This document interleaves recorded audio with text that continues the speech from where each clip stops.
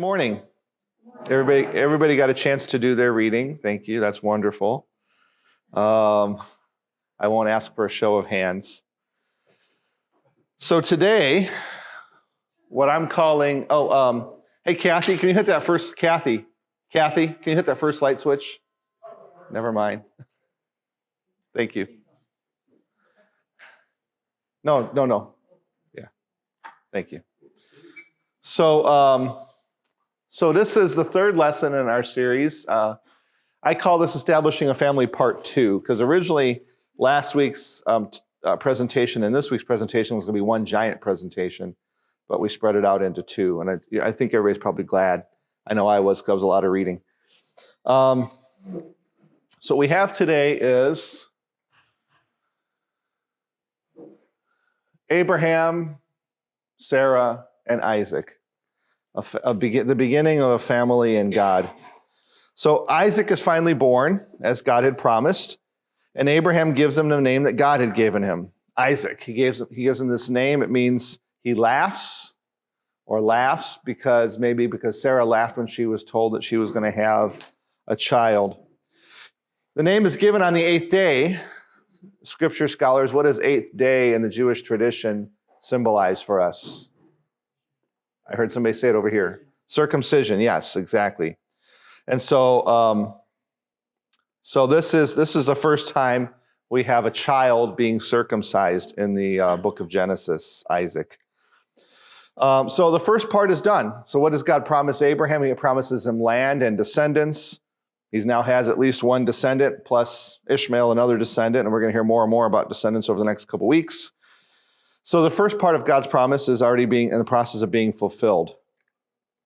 What about this Ishmael? So we talked about a couple chapters ago, the beginning of this distancing between Abraham and Hagar and Ishmael. We see it come to its conclusion in chapter 21, where they're sent away. Sarah, in her jealousy, the one who initiated all of this, she hatched the plan, was not God's plan. She wants them gone now from her family. So when she sees Ishmael, all she can see is her jealousy for Hagar and for what she wants for her son, Isaac. And so God says, yes, the line is going through Isaac. The line is not going through Ishmael.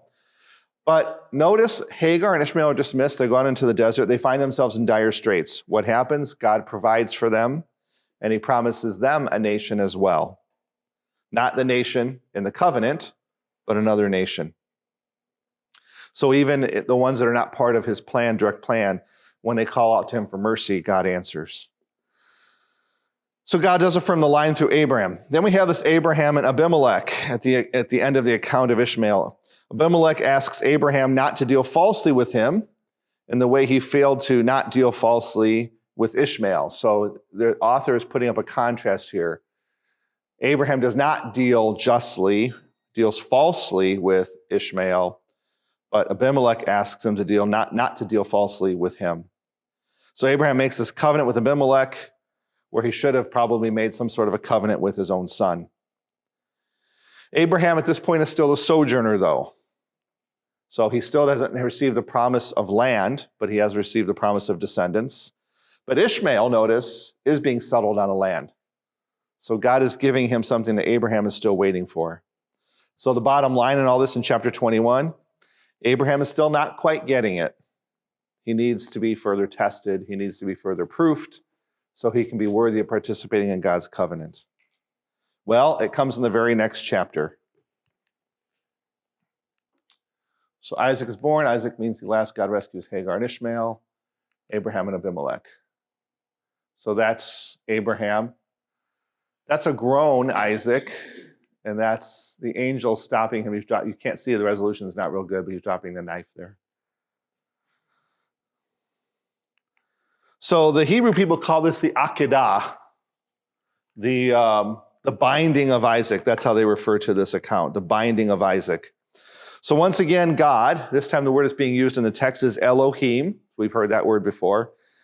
Once again, God is doing the initiating of what's happening here. Remember how I said before, whenever there's interactions with God, whenever there's encounters with God, it's God who first invites. It's God who first acts. And we respond or don't respond to the act, and then there's that relationship. So God is once again acting first. He initiates, he calls. Abraham, for his part, responds. He could have ignored him.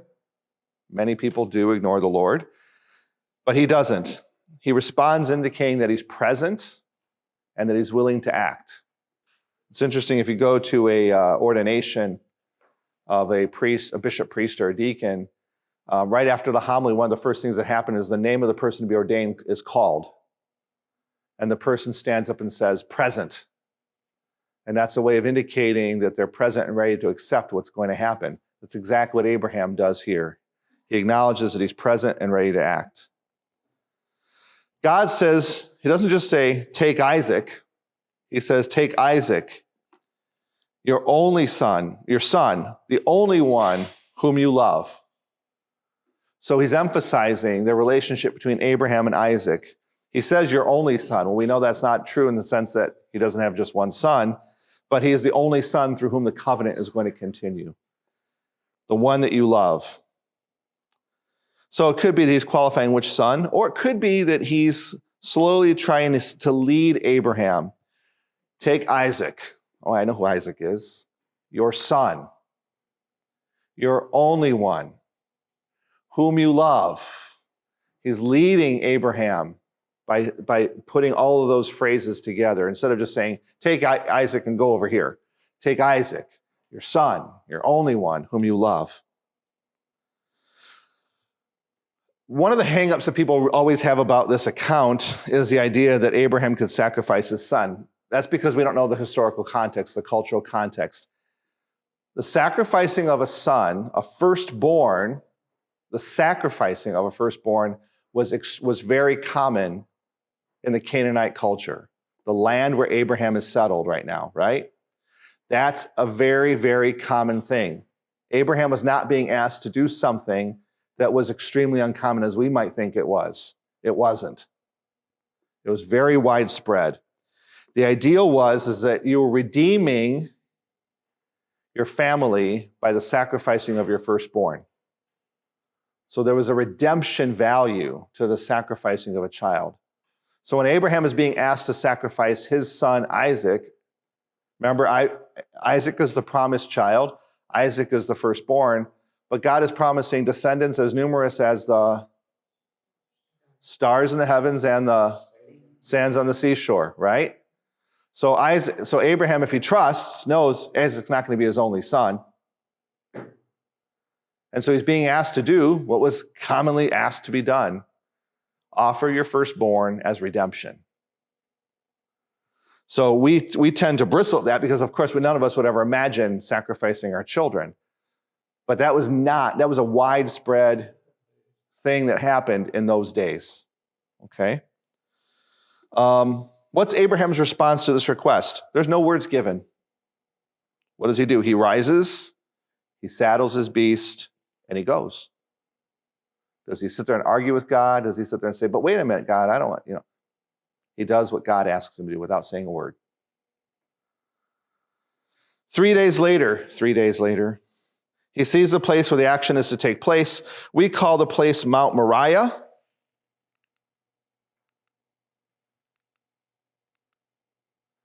We call the place Mount Moriah. Today we call the place Jerusalem. So Jerusalem didn't exist as a city at that point, but Mount Moriah did. And that's where he goes to sacrifice his son. So imagine what Abraham's thinking. He's traveling for 3 days. He's traveling for 3 days. Is he second-guessing his faith in God? I don't know. We don't know. The text doesn't tell us, but it's an interesting reflection. He never deviated. It doesn't say he went over here first and then went back to his course. It doesn't say he stopped, to spend some time playing soccer with Isaac. It says he never deviated, and he said nothing. There's nothing recorded of what he said to God or to Isaac. There's nothing recorded of what he said. Abraham tells his servants they're going to go and worship. We got the knife, we got the wood, we got the fire. There's going to be an altar. What's missing? The sacrifice. Notice the servants don't ask that question. Hey, buddy, did you forget something? Abraham is now called to by Isaac. Isaac calls out to him, Father.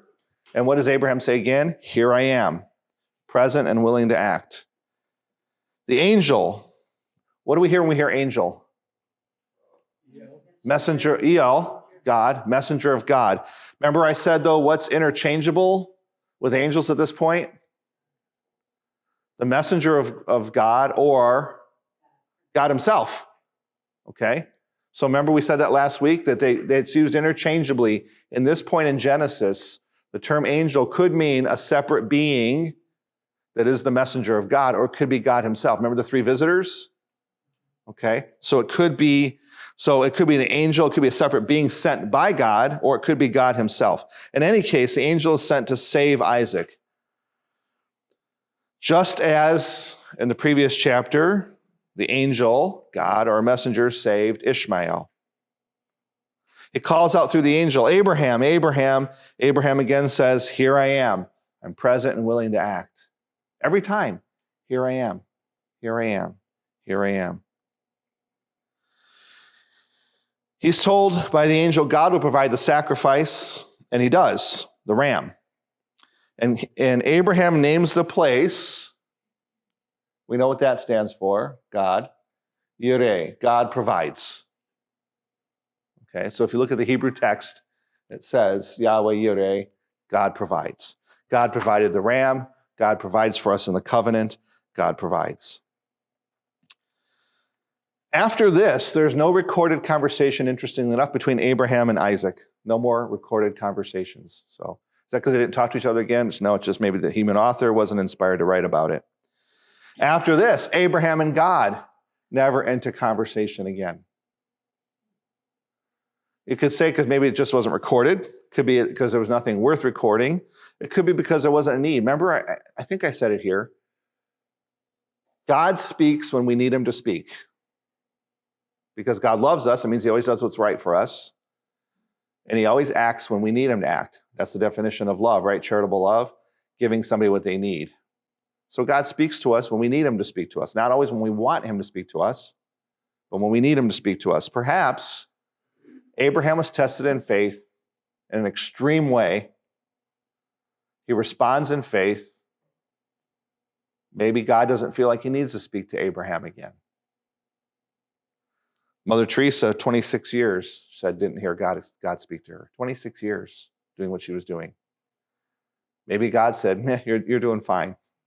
You're doing exactly what I want you to do. It's a very important foreshadowing. So this particular reading from Genesis, you may know, is one of the readings for the Easter Vigil every year, when the church tells her story to those about to be baptized. And this one is always one of the seven readings from all of the Old Testament. This particular passage, the Akedah, the binding of Isaac, is one of those. And I think there's some really good important foreshadowing that maybe you heard in all of this. Mount Moriah is Jerusalem, where Isaac is supposed to be sacrificed. Somebody else gets sacrificed right outside of Jerusalem. Isaac is made to carry the wood. Somebody else carried the wood. God stops Abraham from slaughtering his son, but God doesn't stop the sacrificing of his son. There is a sacrifice in the Genesis account. The ram sheds his blood as a sacrifice to God. But it is another one who will shed his blood in worship and sacrificing to God.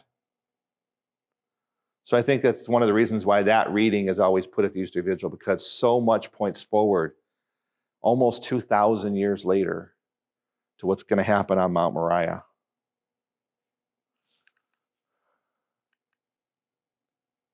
This is Abraham right here being helped by Isaac, and this is Sarah being carried to her tomb after she dies. So Sarah dies in Hebron, not Hebron, Hebron. She's still buried there. There's actually a place, we didn't go to Hebron in this last pilgrimage because it's a little dangerous there, but I was there 17 years ago, and there's a mosque And in this mosque, they have what's called the Tomb of the Patriarchs. Abraham and Sarah and Isaac and his wife are all buried in this mosque, underground. It's like in a cave. On the other side of the wall, one of the walls of the mosque is a synagogue. And in that synagogue, on the other side of that same wall, is another tomb. And buried in that tomb is Abraham and Sarah's grandson and his first wife. They're all buried in that same place. But to go from one side to the other, you can't just walk through the building. You have to go out of the building on the mosque side, walk through a checkpoint, metal detectors and everything, and then go back in the other side. Because this side's a mosque and this side's a synagogue. So Abraham acknowledges he's a foreigner. He has no rights to the land. He's not from Canaan. He's not from Hebron. But he asks for a grant. Please give me the land so I can bury my wife. Later on, he offers to buy it and he pays an exorbitant price for it. That's important because now Abraham owns land in Canaan. What were the two promises? Descendants and land. Okay? It's obviously going to grow, but that's where it starts. By the way, Sarah is said to have died at 127 years old. The only woman in the scriptures whose age were given at the time of her death is Sarah.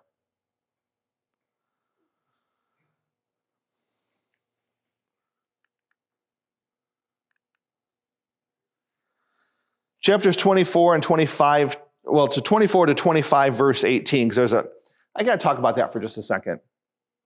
So when the human authors, whether it was Moses or whether it was the Yahwist, the Elohist, the priestly, and the Deuteronomic, whoever it was, they did not put chapter and verse numbers in this.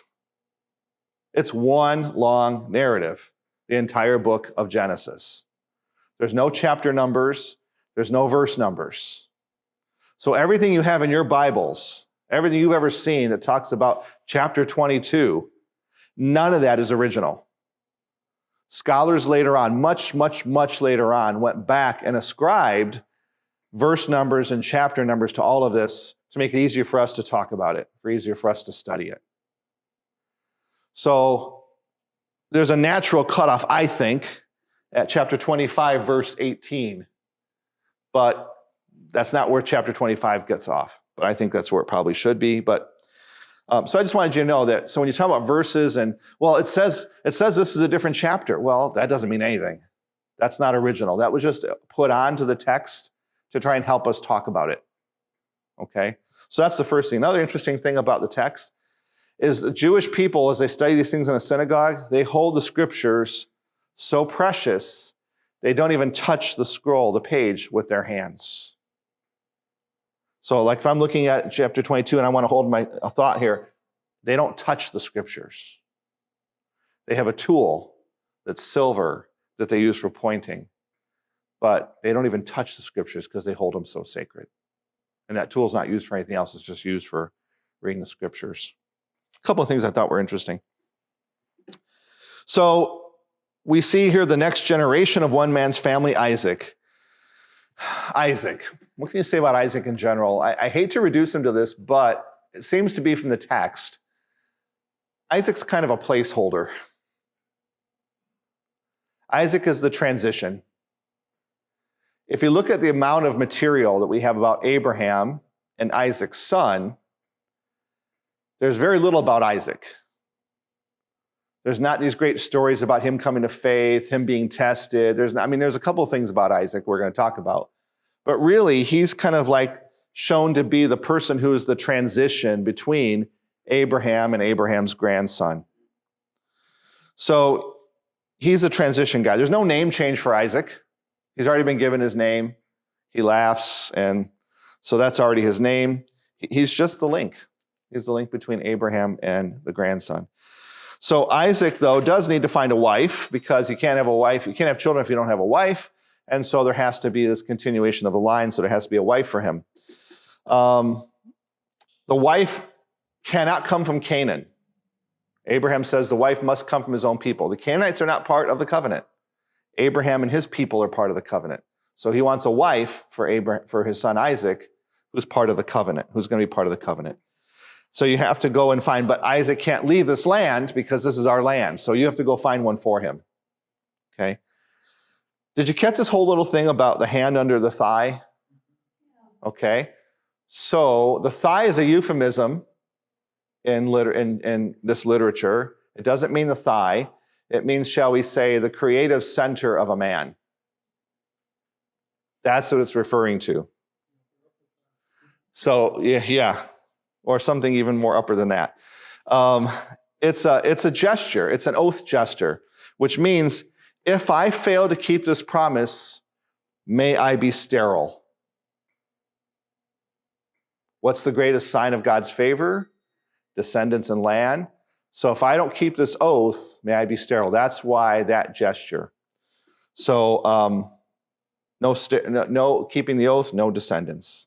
So the servant is binding beyond Abraham's death even to fulfill this promise of finding a wife for Isaac.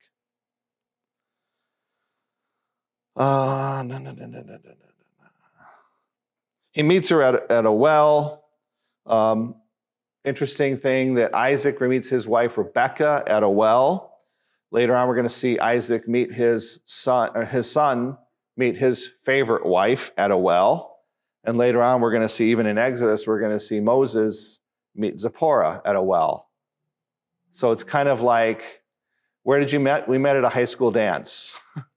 Lots of people have that story. We met at a high school dance, right? So a lot of people have the story, we met at a well. But what comes from well? Water. What's the water? The life-giving force. So we see that with a couple generations here in the Pentateuch. And Rebekah is her name. She's the granddaughter of Abraham's brother, so that makes her Abraham's great niece, but there's enough separation for that marriage to be lawful. So, there's a certain degree of separation there has to be between relatives in order for marriage to be lawful. So being the great niece, marrying her second cousin is far enough distant to get married. Oops. So then we have Abraham, a little bit more about Abraham's other descendants. Remember, numerous as the stars in the sky and the sands on the seashore. Abraham remarries after Sarah dies, marries Keturah, has children with her, including a guy named Midian, who we're going to see when we get to Exodus, is the ancestors of Moses' wife. She's a Midianite. She's a descendant of Midian. So the salvation line continues from Abraham, at least to Moses, right? Because he marries a Midianite. So the Midians are the descendants. Midian and his descendants are also descendants of Abraham. He also has children by concubines, whom he gifts and sends away. So different sense of adultery in this time. Okay? They're nomadic people. Our sense of adultery is this idea that husband and wife come together and form one. They hadn't grasped that understanding. Even though we've read it in Genesis chapter 1, right? They haven't grasped that. And the people they live among certainly don't grasp that. So that hasn't really been strengthened yet. We're going to see that later when we get to Exodus and to Leviticus, Numbers, and Deuteronomy. We're going to see that much more when Jesus reaffirms that. But at this point, they don't have that sense they're committing adultery. As long as it's your lawfully taken wife, your lawfully taken concubine, there's no sin in that. They're all part of the extended family. So that's not considered by them at this point sinful. Abraham lives 175 years. What did we say about years? It most likely is a reference to righteousness. But we did see there was 900s people were living before Noah.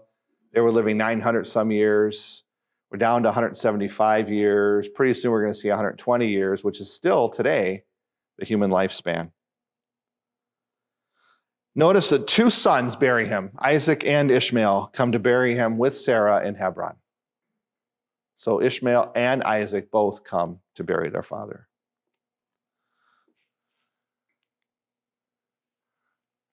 Esau and Jacob. This is Jacob making the famous porridge.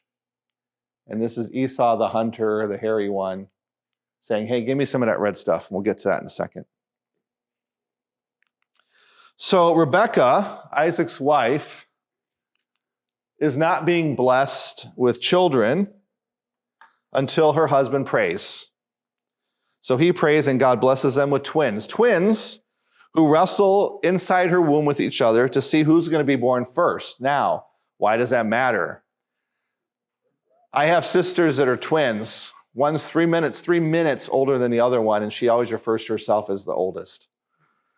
There's something that comes along with being the oldest, not just in bragging rights, but in birthright. You're the one that inherits the family's treasures. So being born first makes a difference, makes a huge difference. So they're wrestling in the womb to see who's going to be born first. In prayer, God reveals that the elder, the one who's born first, will end up serving the younger when it's supposed to be the other way around. The younger is supposed to serve the older. So 2 sons are born. Esau, also known as Edom, because Edom comes from the Hebrew word that means red. So he looked reddish when he came out. Reddish color skin, reddish color hair, I suppose. He looked red when he came out. So he becomes Esau, also known as Edom. Edom, E-D-O-M, is also where we get the word for the Edomites that we'll hear about later in the Pentateuch. So he's the father of a people as well. He's also called hairy because the word for hairy resembles the word for the mountains of southeast of Palestine where Esau settled, and those mountains were populated by lots of animals. So there's 2 words here. There's hairy, that sounds like the word for Esau, and there's also these mountains where he will end up settling, that sounds like the word for Esau. So that's where his name comes from. It comes from red, and it comes from hairy. And they kind of tried to portray that here by like making him so hairy that you can't even see his face. And then there's Jacob. Jacob comes from the Hebrew word for heel, because Esau comes out of the womb with Jacob grabbing onto his heel, almost like he's trying to pull him back, trying to stop him from being born. So Jacob sounds like Yaakov sounds like Akev. So Akev means heel. It also sounds like the word Akab. Akob, Akeb, Akab all sound like each other, which means supplanted. So I took the place of, okay, which we're going to hear. Jacob supplants his brother. So he's aptly named. Esau is a hunter, the man of the fields, and he's favored by Isaac, his father. Jacob is a quiet homebody, favored by Rebekah, his mother. Sound familiar? Sarah wants to protect Isaac. Abraham ends up picking Isaac over Ishmael. So we're seeing this picking and choosing between offspring. So Isaac's picking Esau, Rebekah is picking Jacob. Then comes this day when Esau is hungry, and he sees his brother cooking, and he literally says, "Give me some of that mighty fine red stuff." The stuff he's cooking. Doesn't call it what it is. It's some sort of a porridge, but he says, "Give me some of that red stuff, that mighty fine red stuff." And so Jacob, who wants to say, "Go get your own," says, "Okay, I'll give it to you, but in exchange, I want your birthright. I want to be the older son." And Esau says, "I don't care, I'm hungry," and takes the porridge, and Jacob gets the birthright. So before you start feeling too sorry for Esau, remember what Esau was selling for a bowl of stew.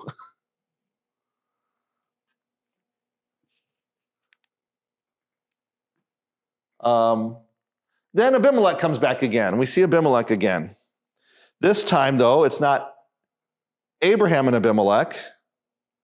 It's another Abimelech, and it's Isaac. So there's another famine. Remember, the famine moved them to go find food. There's another famine, so another migration to another Abimelech, who's the king of the Philistines. Interesting note, the Philistines weren't called Philistines at this point. So 1800 BC, The Philistines weren't called Philistines. They weren't called that till about a few hundred years later. So there's one thing that another one of those little arguments says maybe that was put in later, that he was the king of the Philistines. But there's going to be a whole history with the Philistines, as we know. So God renews his covenant with Abraham, this time to Isaac. Go to the land, you will prosper. Same thing that God told to Abraham. What does Isaac do? He builds an altar to offer sacrifice, the same thing Abraham did. And then Isaac does another thing that Abraham did. He lies to protect his wife. Remember? Abraham lied to protect Sarah. Is this your wife? No, it's my sister. He protected himself. Both of them. Well, he protects us. Well, you'll hear. He does the same lie, but this time there's a different outcome. What happens the last time? He sleeps with Sarah, and then he finds out later, but Abraham intercedes for him. This time there's a different outcome. Abimelech is afraid of God's favor to Isaac, so he doesn't sleep with Rebekah, but he makes a covenant with Isaac. And they share a meal. Remember, sacrifice, covenant, meal.